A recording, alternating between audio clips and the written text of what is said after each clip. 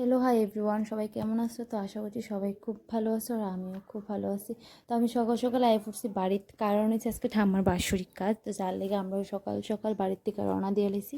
তো বাই গিয়েছিলো আগের দিন আমরা বাড়িতে। তো আর আমরা তিনজন একলগে বাড়িতে আই পড়ছি।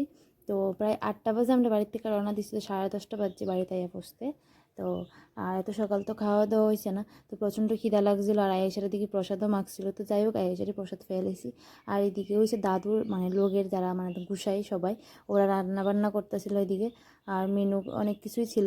তো ওইদিকে তারা করতেছিল যে প্রচণ্ড গরম লাগতেছে।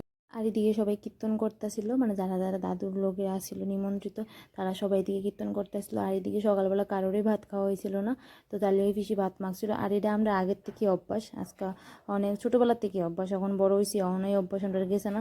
তো পিসি মা সবাই মিলে মাখবো, পিসি সবাইকে খাওয়াই দেবো, এদিকে সবাইকে খাওয়া যেতেছিল। আর এদিকে দেখো আমরা বাড়িতে মানুষ প্রচুর থাকার কারণে জায়গা হইতেছিল না, তো যার লেগা বাড়ির পাশের বাড়িতে একটা তারারে দেওয়া হয়েছিল।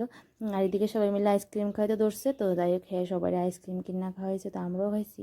তো এইদিকে আর প্রচণ্ড গরম, যার লেগে আমরা চুপচাপ বইয়া রয়েছি। এদিকে তো সবাই আসছিল। তো যাই হোক, আজকের মতো এখানে দেখা হচ্ছে নেক্সট ব্লগে।